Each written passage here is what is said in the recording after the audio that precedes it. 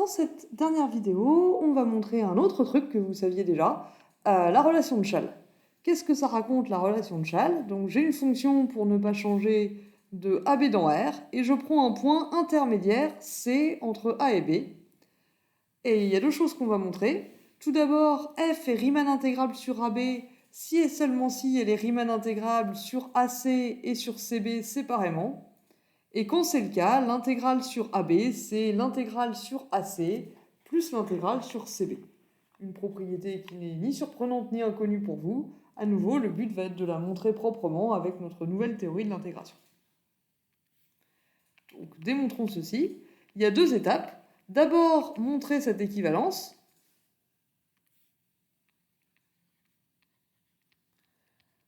Et ensuite, montrer l'égalité des intégrales. Donc pour l'équivalence entre l'intégrabilité de f sur AB et le fait que f soit intégrale à la fois sur AC et sur CB, on va le faire sans grande surprise par double implication.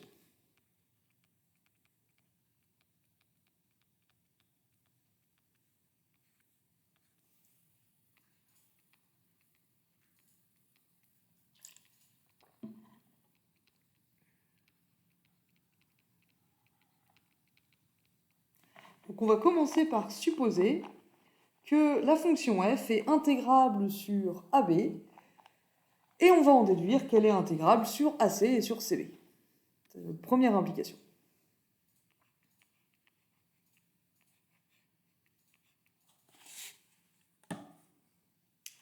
Alors, on suppose donc que f est Riemann intégrable sur AB,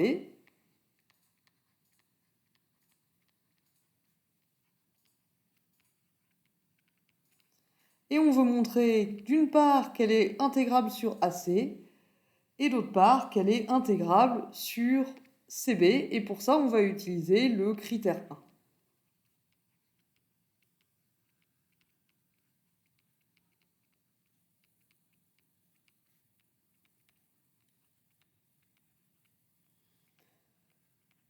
Alors, comment on va faire ça? Du coup, on va poser un epsilon positif, et on va chercher des subdivisions. Une subdivision de AC et une subdivision de CB. Donc on utilise le critère 1.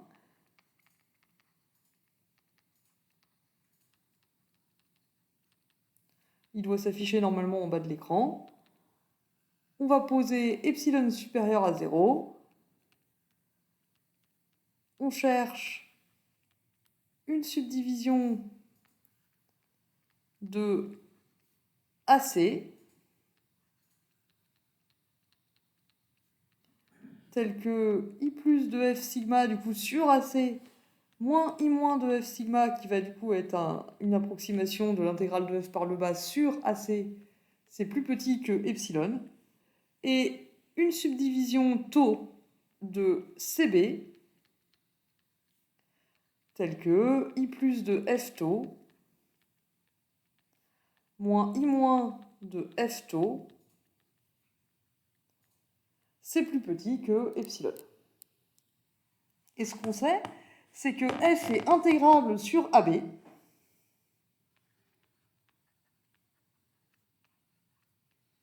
Donc il existe une troisième subdivision θ, cette fois de AB tout entier.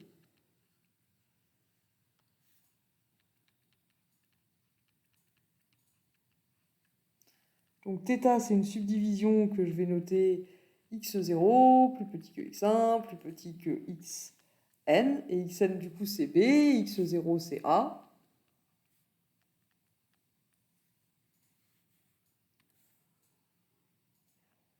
Tel que I plus de fθ moins I moins de fθ, c'est plus petit que epsilon.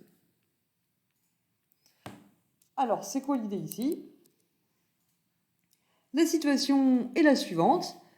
Si je fais un dessin, j'ai mon intervalle AB, en plein milieu, il y a le point C. En plein milieu, je ne sais pas, quelque part dedans, il y a le point C.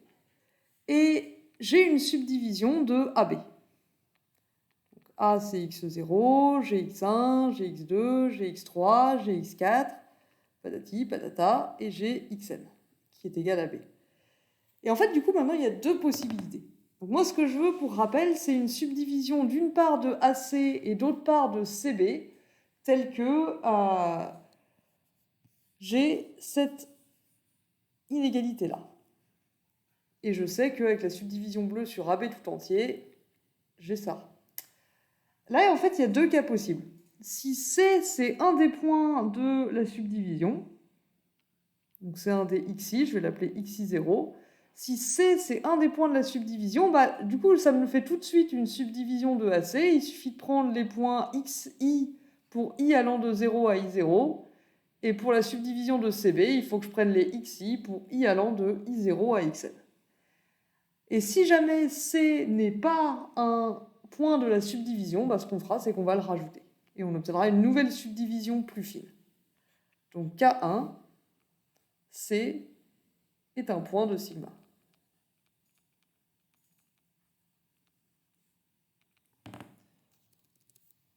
On va noter xi0. Donc c'est un des xi. Qu'est-ce qui se passe dans ce cas-là? Bah, du coup, on va prendre sigma, ça va être la subdivision x0 plus petit que x1, plus petit que patati patata, je m'arrête à xi0. C'est une subdivision de AC. Et pour avoir une subdivision de CB, je prends xi0, xi0 plus 1, et patati patata, jusqu'à la fin, jusqu'à xn. Et ça, c'est une subdivision de CB. Et dans ce cas-là, ce qui se passe, c'est que I plus de fθ, donc θ c'est la subdivision en bleu, là où il y a tous les points, je peux la splitter en deux sommes. La somme pour I allant de 0 à I0 moins 1 des sub de f sur xi plus 1 fois xi plus 1 moins xi, plus la même somme, sauf que cette fois, les indices vont de I0 à n.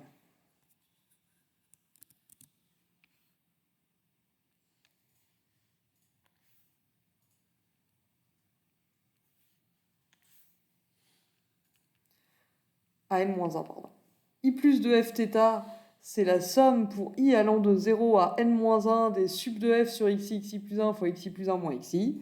Et vu que I0, du coup, c'est un des points de la subdivision, je peux couper la somme en deux au niveau de I0, et ça me fait I plus de F sigma, donc le I plus, mais sur seulement AC, avec cette subdivision-là, plus I plus de F tau. Et de même, I moins de Fθ, c'est égal à I moins de F sigma, plus I moins de F tau.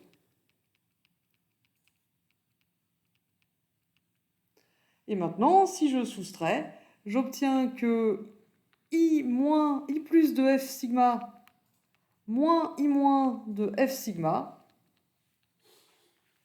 plus I plus de F tau moins I moins de F tau, ça va être égal, en fait, à I plus de fθ, je me perds dans mes lettres grecques, moins I moins de fθ, qui était plus petit que epsilon. Mais du coup, c'est une somme de deux termes positifs, et la somme des deux est plus petite que epsilon, donc bah, chacun des termes est plus petit que epsilon.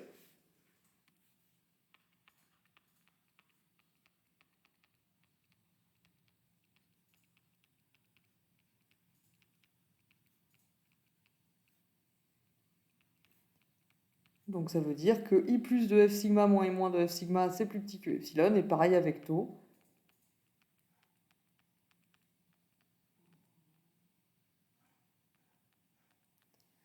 Donc F est Riemann intégrable sur AC, puisque sigma c'est une subdivision de AC. qui nous donne cette inégalité. Et elle est aussi intégrable sur CB par le critère numéro 1. Donc ça, c'était le cas où C, c'était un des points de la subdivision θ. Il nous reste à faire le cas où C n'est pas un des points de la subdivision θ.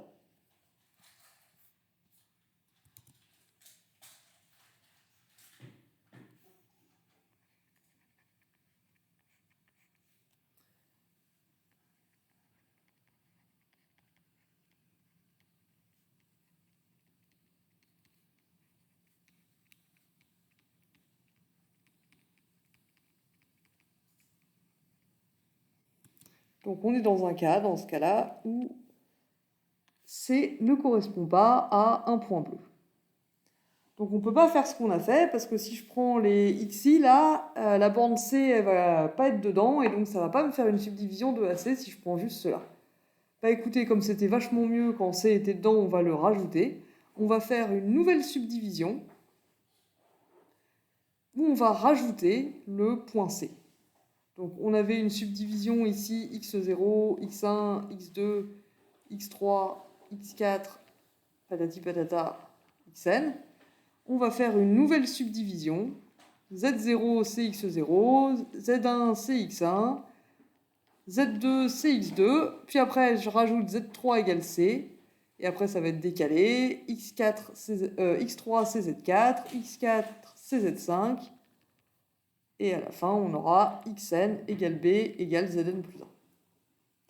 Donc on rajoute un point, et on obtient une nouvelle subdivision θ'.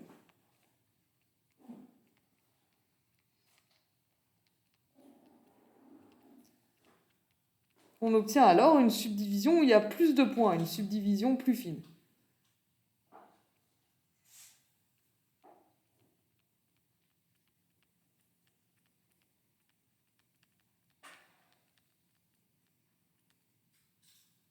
Donc je vais noter, voilà, θ', qui est plus fine que θ.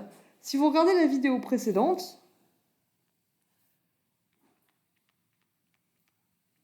vous verrez que quand on rajoute des points à une subdivision, quand on fait une subdivision plus fine, on a alors que le i+ avec la subdivision plus fine, il est plus petit que le i+ avec la subdivision de base. Parce que l'approximation est meilleure, donc l'erreur qu'on fait par au-dessus avec θ', et en tout cas elle n'est pas pire que celle qu'on fait avec θ. Et i- de fθ', elle est plus grande que i- de fθ. Et du coup, θ', on peut la subdiviser, comme la subdivision θ', elle comprend le point C. θ', je vais la noter z0', z1', jusqu'à zn plus 1'. Du coup, il y a un point de plus, puisqu'on a dû rajouter C en plein milieu.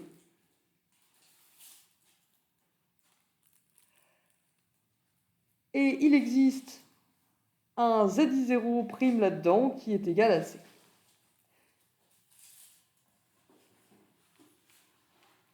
On va alors prendre la subdivision sigma, ça va être z0', qui est égal à A, z1', patati patata, jusqu'à zi0', qui est égal à C. C'est une subdivision de AC, du coup. Donc en fait, c'est exactement le même jeu que pour le premier cas. Hein. Tau', ça va être la subdivision zi0', qui est égal à C, jusqu'à zn plus 1', qui est égal à B. Et ça, c'est une subdivision de CB. Dans ce cas-là, on obtient que i+ de f θ' est égal, en faisant exactement à nouveau comme dans le premier cas, c'est égal à i+ de f sigma' plus i+ de f tau'.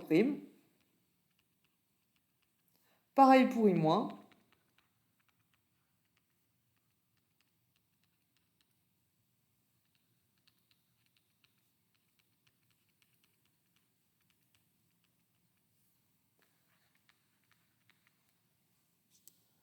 Donc, si je soustrais les deux, j'obtiens I plus de F sigma prime moins I moins de F sigma prime plus I plus de F taux prime moins taux prime moins I moins de F taux prime qui est plus petit qui est égal en fait, pardon. Je vais descendre tout ça d'un cran pour avoir plus de place. C'est égal à I plus de F θ' moins I moins de F θ'. Mais I plus de F θ', il est plus petit que I plus de F θ. Et moins I moins de F θ', ça va s'inverser ici, il est plus petit que I moins de F θ. Si on multiplie par moins 1 cette inégalité. Et ça, on avait supposé que c'était plus petit que epsilon.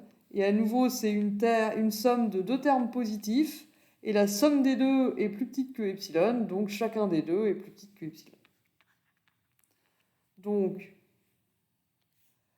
lui là, il est plus petit que epsilon.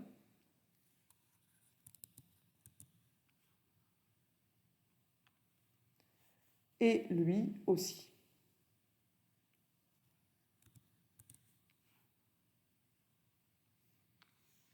Et là, je m'aperçois que j'avais écrit un peu n'importe quoi. Je vais juste rendre ça un peu plus joli.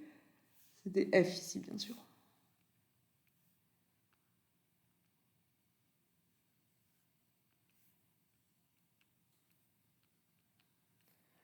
La première inégalité nous dit par le critère 1 que f est Riemann intégrable sur AC. Et la deuxième que f est Riemann intégrable sur CB. Donc dans tous les cas, on obtient que si f est Riemann intégrable sur AB, alors elle est Riemann intégrable sur AC et sur CB. Et c'est la fin de notre première implication. Il nous reste à faire du coup la deuxième implication.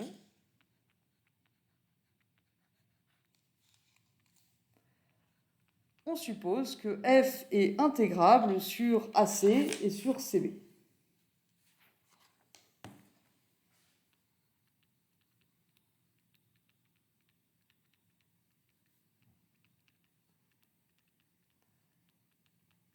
Et on veut montrer que f est intégrable sur AB, toujours avec le critère 1.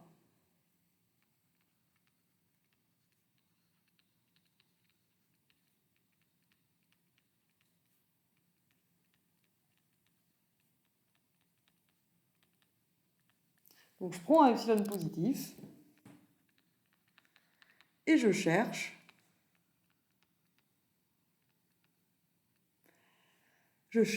une subdivision de AB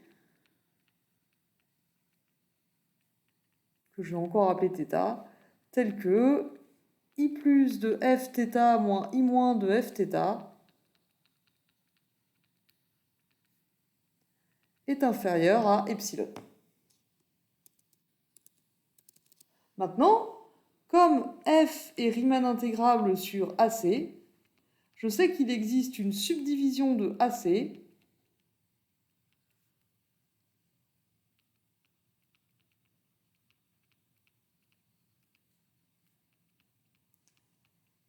telle que I plus de F sigma moins I moins de F sigma, c'est plus petit que epsilon sur 2.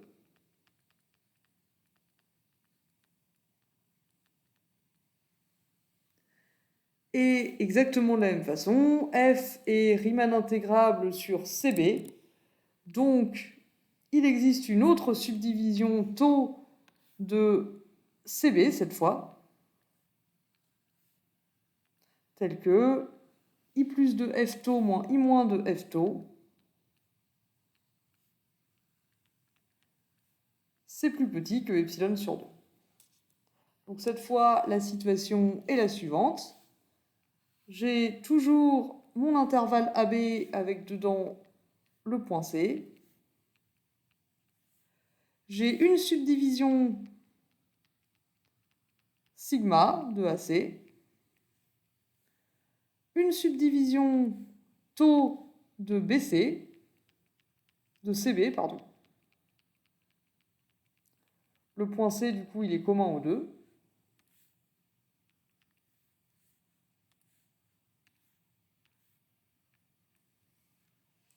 Et je cherche une subdivision de AB. Bah écoutez, j'en vois une qui a l'air pas mal là. Je vais prendre la subdivision qui concatène sigma et tout.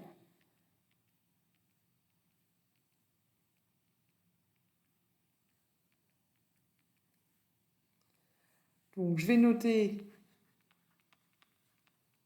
xi les points de sigma.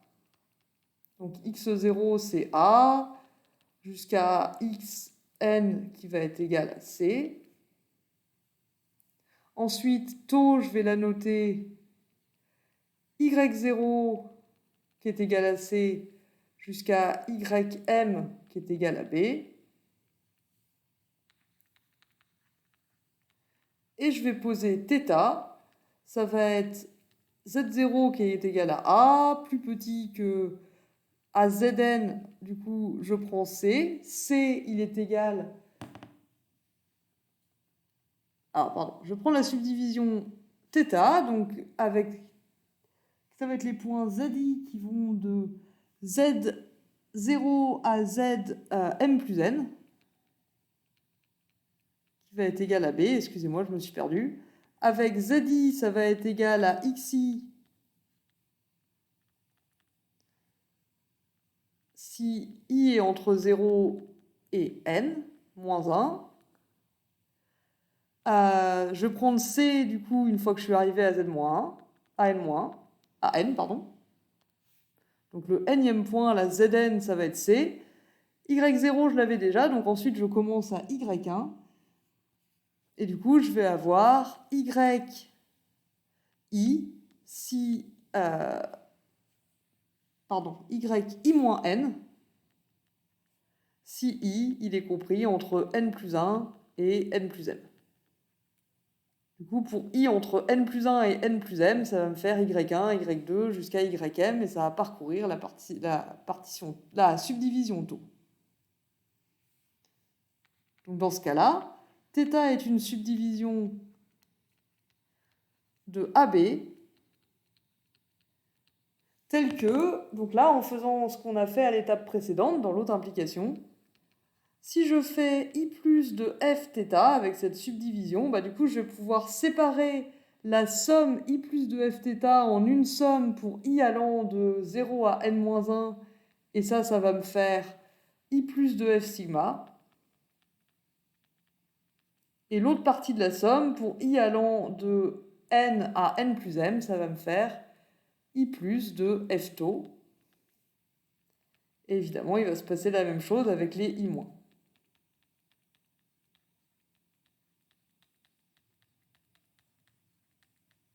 Comme je vous laisse le vérifier. Mais du coup,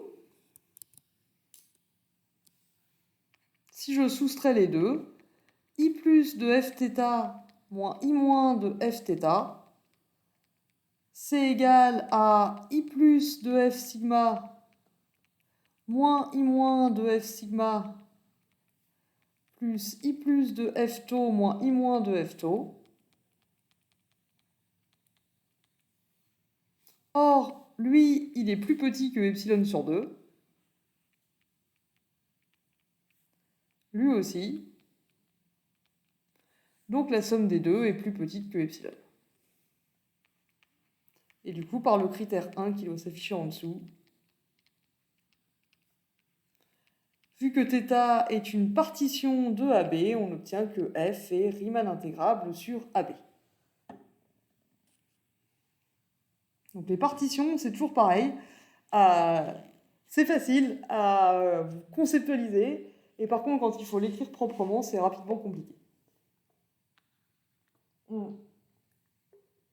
Et on n'a toujours pas montré la relation de Schall.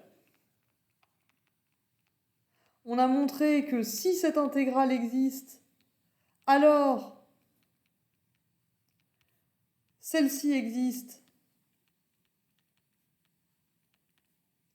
Et celle-ci aussi. Donc on a montré que si on avait l'intégrale de f, si on pouvait intégrer f sur AB, alors on peut l'intégrer séparément sur AC et sur CB, mais on n'a pas encore montré l'égalité de Chasles.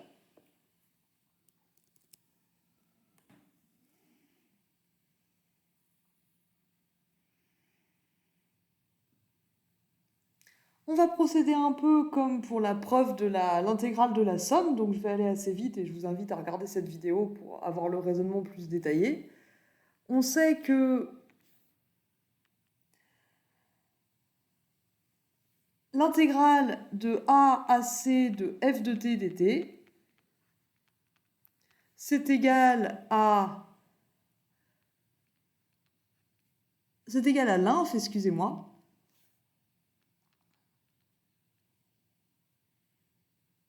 Voilà, c'est ça, c'est égal à l'inf de tous les i plus de f sigma pour sigma, une subdivision de AC. Donc, si je prends epsilon supérieur à 0, dans ce cas-là, l'intégrale de A à C de f de t dt plus epsilon, ce n'est pas un minorant de cet ensemble, puisque l'inf, c'est le plus grand des minorants, donc si je prends un truc plus grand, c'est pas un minorant. Il existe donc un élément de l'ensemble qui est plus petit que l'intégrale de A à C de f de t dt plus epsilon. Donc il existe une subdivision de AC telle que ce truc-là soit pas un minorant, et donc ça c'est plus grand que I plus de f sigma. Et de même, l'intégrale de CAB de f de t dt, c'est l'inf de I plus de f tau pour taux subdivision de CB,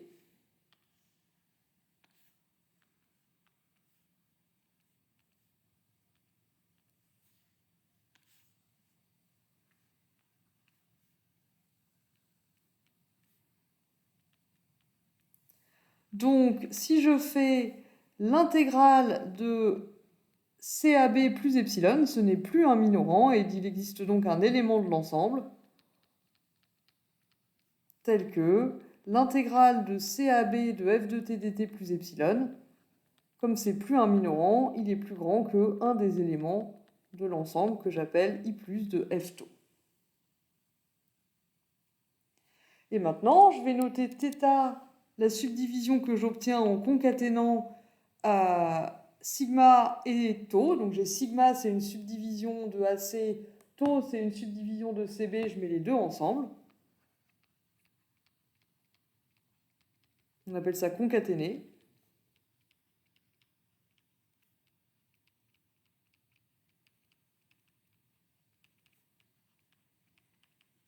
Donc θ, c'est une subdivision de... On a déjà fait cette opération dans la première partie de la preuve. C'est une subdivision de AB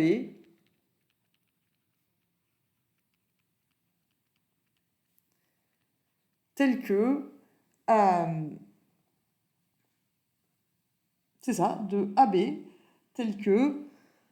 telle que quoi? Telle que I plus de fθ, c'est égal à I plus de f sigma plus I plus de f tau. Mais I plus de f sigma plus I plus de f tau, c'est plus petit que, d'après ce qu'on a écrit juste au-dessus, que l'intégrale de f de t dt sur AC plus l'intégrale sur CB plus 2 epsilon.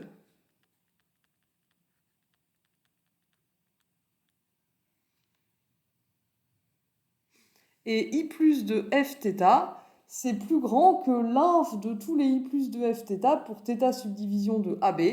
Donc c'est plus grand que l'intégrale de A à B de f de t dt. Et là, avec cette inégalité,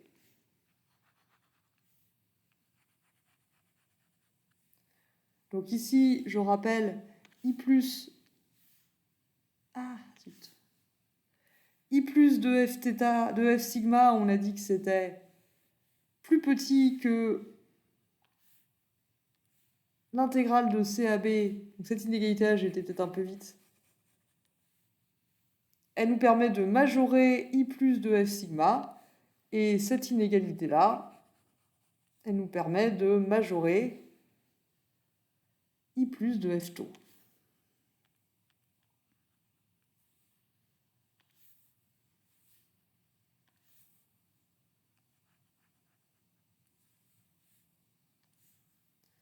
Voilà, avec un code couleur, approximativement, ce que ça va donner.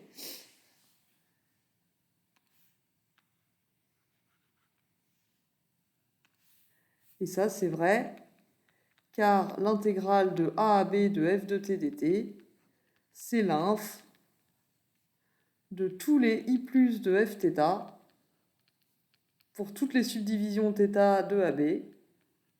Donc en particulier, c'est plus petit que n'importe quel i plus de f θ. En passant à la limite quand epsilon tend vers 0, parce que ça du coup c'est vrai pour tout epsilon positif,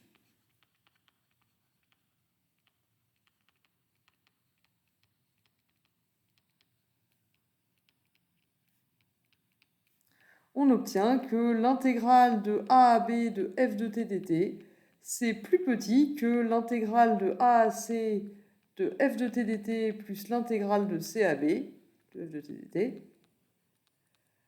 Et vous allez me dire, on voulait une égalité, pas une égalité, remboursée. Mais du coup, si on fait la même chose avec des i-,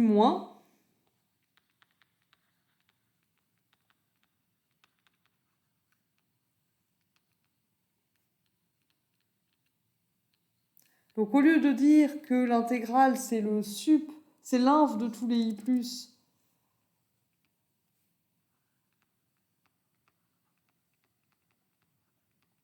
je peux utiliser le fait que c'est le sup de tous les i-.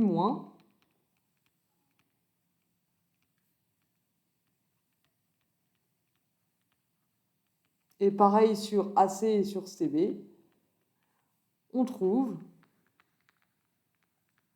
dans ce cas-là, on trouve l'inégalité dans l'autre sens, on trouve l'intégrale de a à b de f de t dt qui est plus grande que la somme des intégrales de a à c et de c à b. Et donc avec ces deux inégalités,